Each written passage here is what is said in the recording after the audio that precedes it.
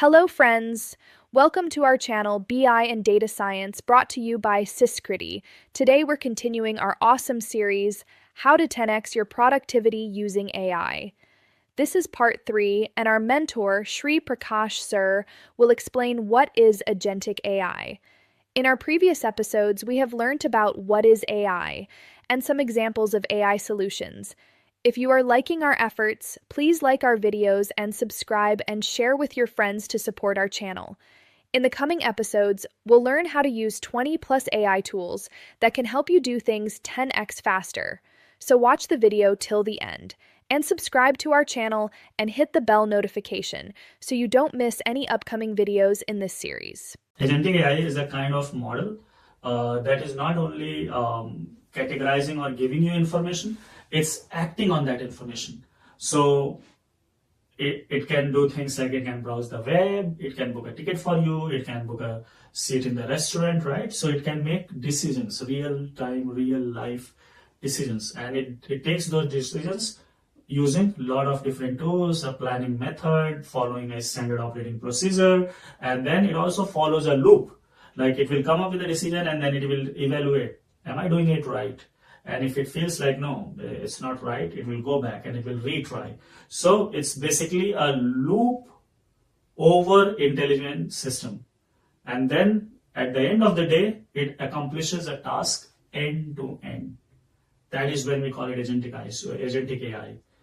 For example, we can call an AI agentic AI when it is capable of, say, reserving a ticket. So it goes online, figures out the source, destination, the cheapest price, compares different sites, and then enters the credit card information, clicks the buy button, and the transaction is done. That whole thing is agentic AI. Or it can go write a query in the database, pull the data, format the data, then build a dashboard on the data, and then create a beautiful visual Power BI dashboard or a Tableau dashboard. And then it can go and it can publish the dashboard on Tableau server or Power BI server. So that's a agentic AI system. A lot of automation task is falls in the category of agentic AI, because at the end of the day, we are trying to accomplish something from scratch or start to end. Very quickly, let's understand the multimodality of a generative AI model. So many a times generative AI models, they work with different kind of data as an input and output. So think of it, they can work with text data, they can work with image data, they can work with video data.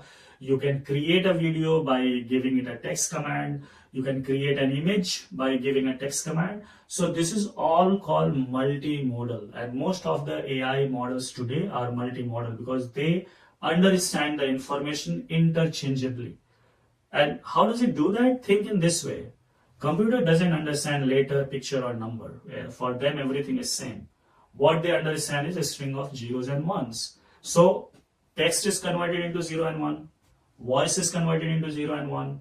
Image is converted into 0 and 1.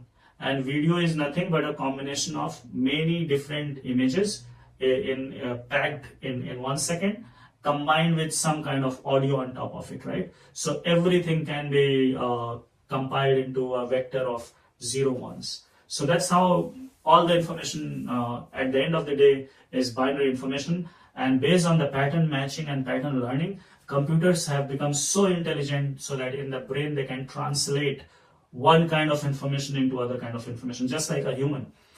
We say hand, either we say we speak hand, we understand an image of hand comes in our mind. Or if somebody shows like this, then also, or if you show a picture of a hand, we then understand it's a hand. Or you can write on a paper, H-A-N-D, hand, and we get the feeling, yeah, it is hand. Or we see the hand, and so it does not matter whether we read hand or we hear hand or we see hand, we can make imagination of the same hand. Same way, computer can interchangeably represent the information by using different input-output medium, and it can perfectly understand and translate the same information in different medium. That is why it is multimodal. Now it does it so quickly, so instantaneously, just like humans, it feels like it's so magical. Now, a few examples here. Chatbots. Chatbots are example of text to text. We type a question to ChatGPT, ChatGPT gives an answer in text. So the model behind the scene is text to text. So it's a uni model. When we talk with a virtual assistant, or when we are using the voice assistant AI, then we are working with multimodal, because when we speak, when we say hi, our hi gets converted into text, and then this, based on this text, the computer learns what to respond. So when you say hi, computer says, okay, hi, how are you? The text is generated, and then hi, how are you text is converted into a voice, and the AI assistant on the other side said, hello, how are you? So when we say hello and AI says hello, how are you, it's actually our voice getting converted into text. Based on that text, the prediction is made what should be the response, and whatever is the response, that is in text, and that response text is converted back into voice, and that voice is being spoken by the computer. So it's a multimodal example.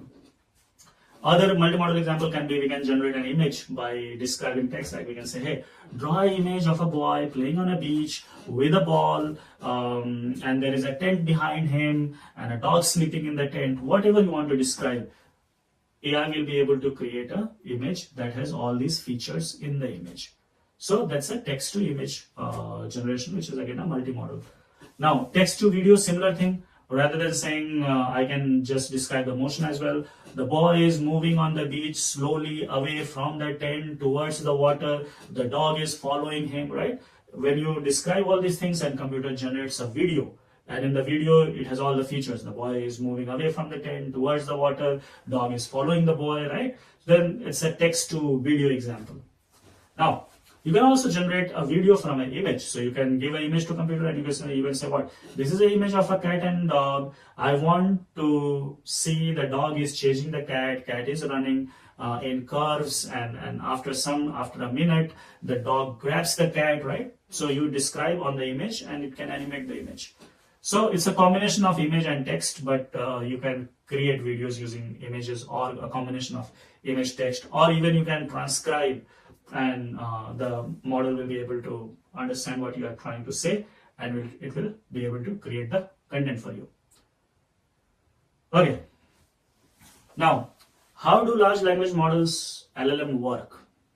Now, let's understand this concept, because this is important, how LLMs work. So first, and if you understand how LLM work, then you understand how the other models work, because most of the models are very like, voice model are always converted into text, and then text is converted back into voice. For image, the logic of image is very similar to logic of language. It's just the data is a little bit different. So if you are able to understand the concept of large language model, I think you can understand all the scenarios.